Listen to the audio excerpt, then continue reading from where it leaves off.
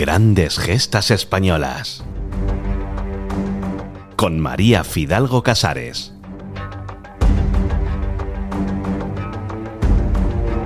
Hace apenas unos días fallecía en León el sargento retirado Pedro Guerrero Arias. Era ya un nonagenario y ningún medio recogió su muerte, pero años atrás había protagonizado un sonado capítulo, uno más en la secuencia de los luctuosos acontecimientos que se vivieron en la España de los años de plomo. La extorsión, pero sobre todo el secuestro, fue durante 2 décadas la principal fuente de financiación de la banda terrorista ETA. Otrora fue conocida como la ETA, aunque tal vez para descafeinarla los medios de hoy le hayan quitado el artículo. El colectivo empresarial sería su principal blanco, y como consecuencia, casi 40 empresarios fueron asesinados y 50 secuestrados.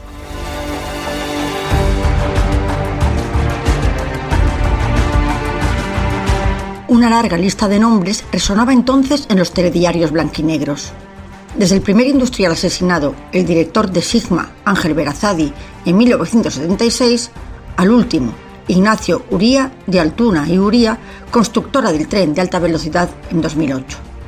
Y entre estas 2 fechas, Javier Ibarra del Banco de Vizcaya, que fue asesinado tras su secuestro, José Luis Legasa, quien se negó a pagar el impuesto revolucionario, José Edmundo Casán, subdelegado de Ferrovial, José Antonio Santamaría, copropietario de una discoteca y exjugador de la Real Sociedad, José Manuel Olarte, el empresario de la construcción Isidro Usabiaga, que ya había pagado 10 millones, o José María Corta, presidente de la patronal Adegui, entre otros.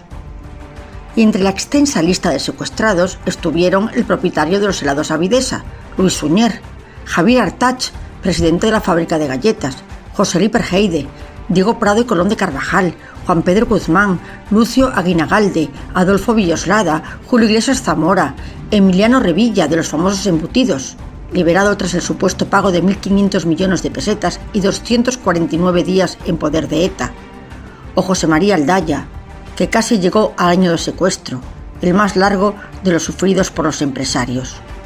Y el último industrial secuestrado sería Cosme Desclós, liberado en julio de 1997.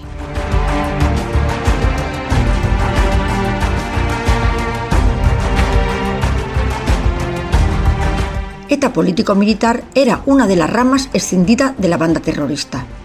De extrema izquierda anteponía al nacionalismo su componente radical comunista y exhibía una extrema crueldad. Había inaugurado el secuestro a los empresarios y entre otros de sus ítems estaba el tener como objetivo a los políticos de la UCD, Cisneros o Rupérez.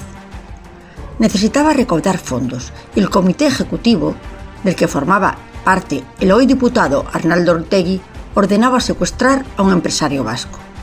Se trataba de Saturnino Orbegozo Izaguirre. Saturnino Orbegozo, tal vez por su cabello blanco y su mala salud, ya que había sufrido 2 infartos, revisando la prensa de la época, se dirigen a él como el anciano empresario, aunque solo tenía 69 años. Era un industrial siderúrgico y propietario de una conocidísima marca de electrodomésticos que incluían unas famosas cocinas de hierro que tenía media España de la posguerra. Sabía que estaba en el punto de mira de la banda desde hacía tiempo, como tantos otros empresarios españoles. Pero pese a ello, no había variado sus costumbres y aquella mañana, como siempre hacía, asistía a misa de 11 en Zumárraga.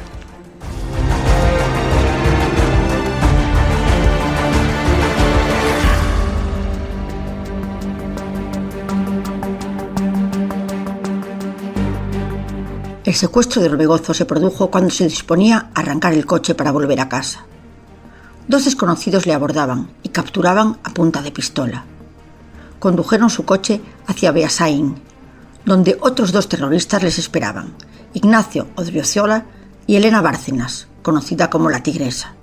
Allí cambiaron de coche y con los ojos vendados lo llevaron al lugar donde sería custodiado en su cautiverio, una cabaña de pastores en la falda norte de un pequeño monte a 500 metros de Dona María, en la comarca navarra del Alto Bidasoa. ¿Se había negado a pagar el impuesto revolucionario a la banda? Lo desconocemos, y es que no era la primera vez que intentaban secuestrar a un Orbegozo. su hermano Faustino y su propio hijo Juan María habían sufrido intentos fallidos, pero esta vez los terroristas lo habían conseguido. Y esa misma noche del secuestro, una llamada anónima a un periódico guipuzcoano, ETA Político-Militar Octava Asamblea, reivindicaba la autoría del hecho y pedía la liberación de varios etarras. Pero pronto el comunicado fue desmentido y se confirmó que el móvil era puramente económico. A cambio de su vida, debían entregar 100 millones de pesetas antes del 31 de diciembre.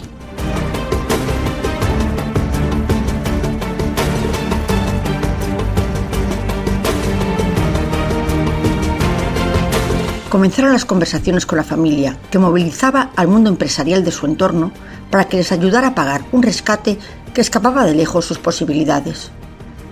Pero ni vendiendo todo lo posible alcanzaban a reunir más de 80 millones. Juan Félix Eriz fue el elegido por los terroristas como mediador en el secuestro e intentaba negociar ajustando la cantidad con los terroristas, que contestaban que los 80 millones les parecían solo calderilla. Y en un alarde de despotismo aumentaron la cifra a 200. Las gestiones resultaban infructuosas y a falta de noticias concretas, las especulaciones gravitaban negros presagios. Y poco después se confirmaba, todo diálogo estaba roto.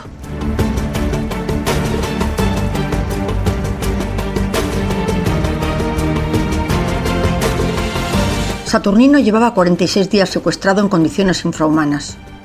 El zulo bajo tierra apenas superaba el metro de altura, lo que le obligaba a estar agachado. Faltaba solo un día para fin de año, aunque él había perdido la noción del tiempo. Esa mañana, en un primer momento, pensó que había tenido suerte. Las lluvias torrenciales habían inundado el zulo y por ello le habían sacado para desayunar. Pero algo le indicó que su vida iba a llegar a su fin. Los dos secuestradores, siempre encapuchados, le mostraban sus rostros con toda naturalidad, sin importarles que les pudiera identificar. Malo. Y es que el 31 de diciembre, fin de año de 1982, acababa el plazo estipulado, y ETA Político-Militar Octava Asamblea ya había decidido. Ese día sería el último día de Orbegozo, y lo ajusticiarían. Y bueno, para ellos no era demasiado problema. Habían invertido recursos, eso sí, pero les compensaría por el pelotazo publicitario de mandar un mensaje gráfico y contundente a aquellos que no pagaban el impuesto revolucionario.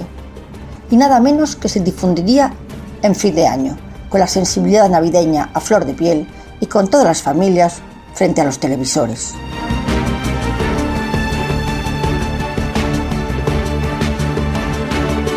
Mientras esto sucedía, el sargento de la Guardia Civil, Pedro Guerrero Arias, cuarentón de mediana estatura e incipiente calvicie, estaba destinado como comandante de puesto en San Esteban.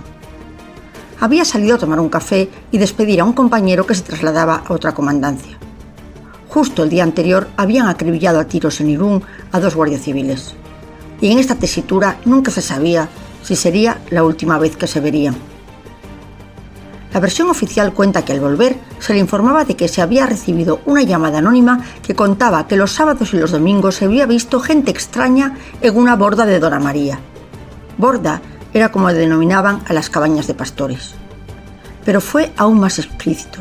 El comunicante aseguró que había visto en días anteriores a 2 jóvenes y un hombre mayor envuelto en una manta.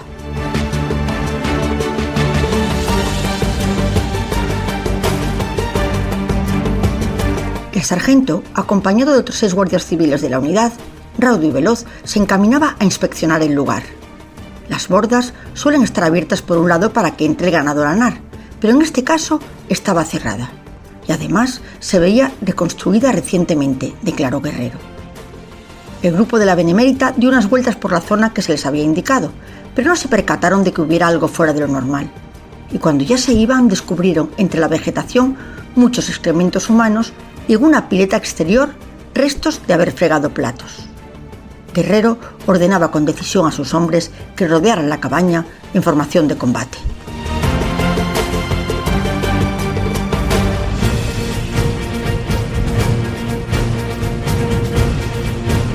Volvieron a la borda. Construida en piedra, medía unos 40 metros cuadrados.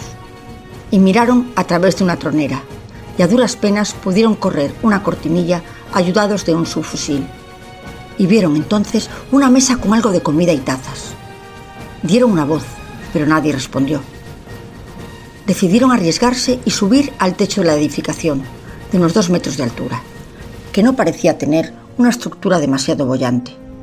Consiguieron separar unas tejas y horadar un boquete para acceder al interior. Y en su entrada arrastraron involuntariamente un mueble que cayó al suelo con cierto estruendo. Y entonces oyeron gritos. Los 7 miembros de las fuerzas del orden, armados y con los subfusiles en posición, no sabían a lo que se enfrentaban. Los secuestradores tenían 2 pistolas Browning de fabricación belga con 4 cargadores para defenderse. Pero a quien oyeron fue al empresario. «Por favor, no disparen, que se rinden, que se rinden». «¿Quién es usted?», preguntaron. «Soy Saturnino Orbegozo».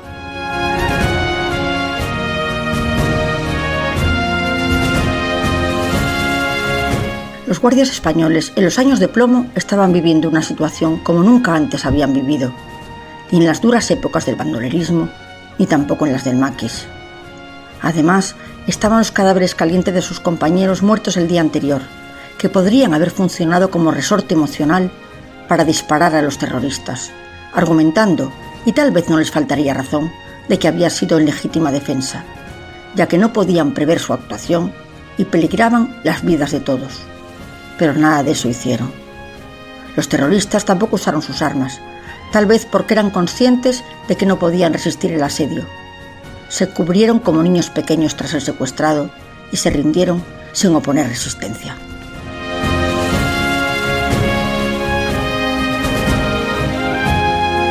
Los guardias les hicieron avanzar lentamente hacia la salida con las manos tras la cabeza y con los fusiles apuntándoles en la nuca. Al igual que en otras detenciones, los etarras salieron temblando. Rápidamente les pusieron las esposas para meterlos en el coche. Al abandonar la cabaña, Orbegozo tenía la barba espesa y mucho frío. Estaba delicado de salud, le tapamos con una manta y con el coche le bajamos al puesto de la Guardia Civil, narraron. Los propios agentes llamaron a la familia para darles la noticia y Saturnino se negó a trasladarse a un centro para recibir atención sanitaria. Solo quería irse a casa.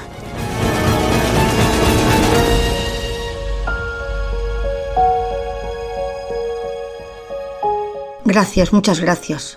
Con estas palabras y un fuerte apretón de manos al sargento y a los 6 números de la Guardia Civil que participaron en su rescate, el empresario volvía a recobrar su libertad. Y pasadas las 3 de la tarde llegaba a su hogar, Danengain. Y las fotografías de la época le retratan con su físico carismático, entrando con gafas de sol. Le esperaban sus 9 hijos y sus 11 nietos. A Satur, como le llamaban en Zumarga y Urrechu, le aplaudieron al llegar. En sus fábricas, sus miles de empleados se habían manifestado recurrentemente pidiendo su liberación, incluso horas bajo la lluvia, y ahora brindaban celebrándola.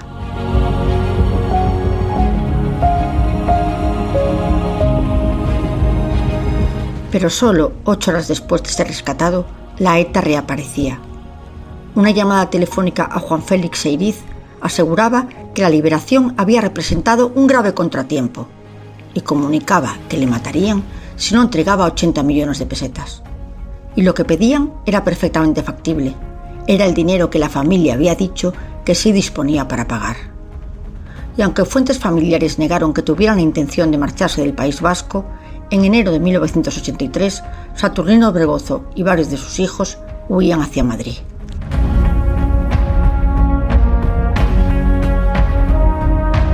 Nunca se supo quién había hecho esa llamada crucial y tan específica.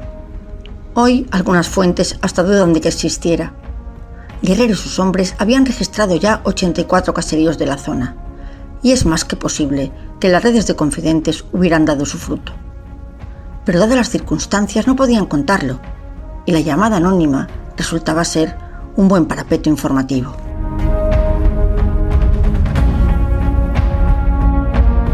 Con el tiempo, esos terroristas serían condenados a años de cárcel. Fue juzgado un colaborador y el propio Eriz fue detenido.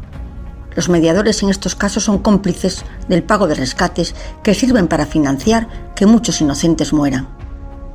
Y por ello, en España las fuerzas de seguridad intentan siempre abortarlos.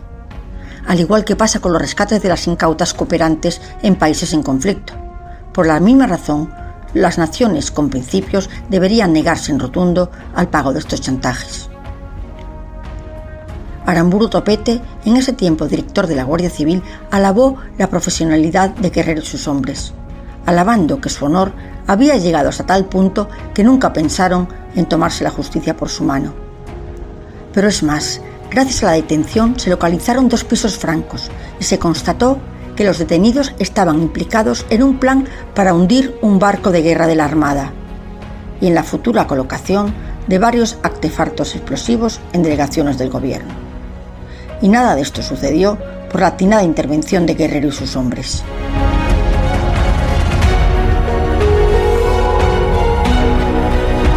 Después de aquel día, el sargento nunca volvió a ver a Saturnino Orbegozo, que hubiera muerto sí o sí sin su intervención.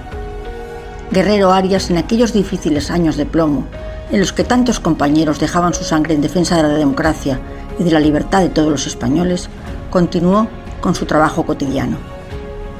Pero cuando se vestía de gala, algo había cambiado. Su pecho lucía con orgullo la más alta distinción del cuerpo que se le podía conceder, la Cruz de Oro del Mérito de la Guardia Civil. Y tal vez por ello narramos su gesta, nada más y nada menos que con el estricto cumplimiento de su deber, había escrito una página ejemplar en la historia de la institución más respetada por el pueblo español, la Benemérita. Grandes gestas españolas. Con María Fidalgo Casares.